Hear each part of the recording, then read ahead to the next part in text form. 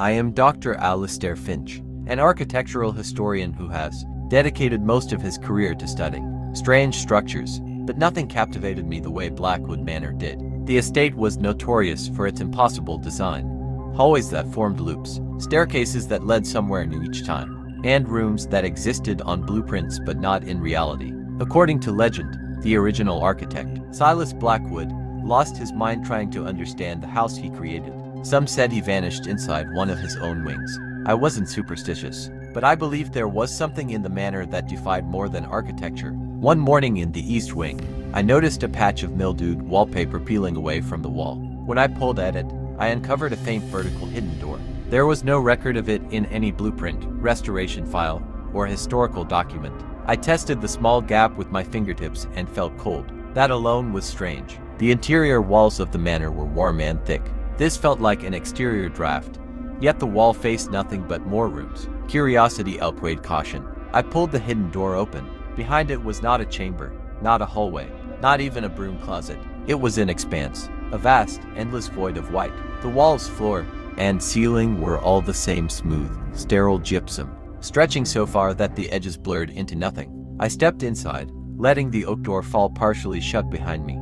I took only 3 steps before instinct made me turn back to close the door fully. But the door wasn't there. Fear tightened like a fist in my chest, but I forced myself to breathe. Blackwood Manor was famous for illusions and structural tricks. This could be a hidden sliding panel, a rotating wall, some mechanism meant to confuse intruders. So I decided to explore without thinking much of the door that disappeared. My footsteps echoed sharply, each step bouncing back oddly, like the room was swallowing the sound then releasing it a split second later. The silence between each step felt oppressive, almost intentional. After minutes of walking, I finally spotted something, a dark rectangle at the far end of the void. Relief flooded me. It was an oak door, identical to the one I had entered through. An exit. I ran, desperate, reaching for the brass handle. The moment my hand touched it, my stomach lurched. The space tilted or twisted, or folded. I spun around instinctively. And there, behind me on the opposite wall, stood another identical oak door. My pulse spiked. I hadn't moved at all. The room had changed around me. A horrifying realization crept in. The room wasn't a room.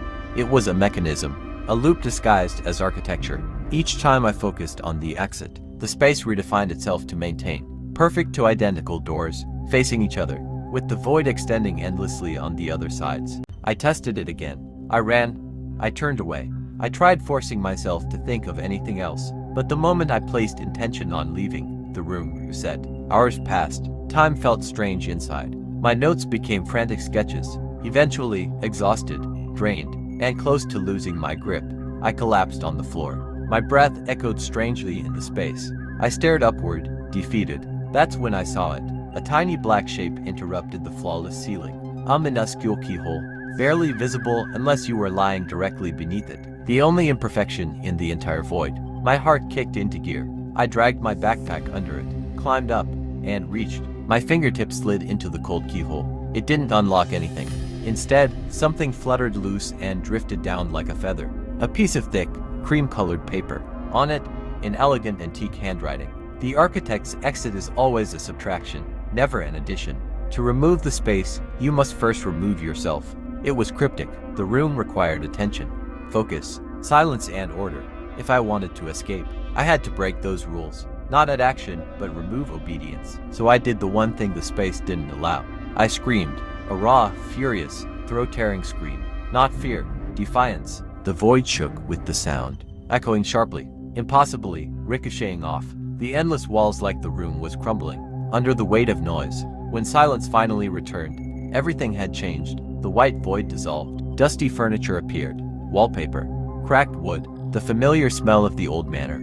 I was back in the east wing. Behind me, the heavy oak door stood slightly open, exactly where it had been before I stepped inside. It hadn't vanished. The room had simply hidden itself.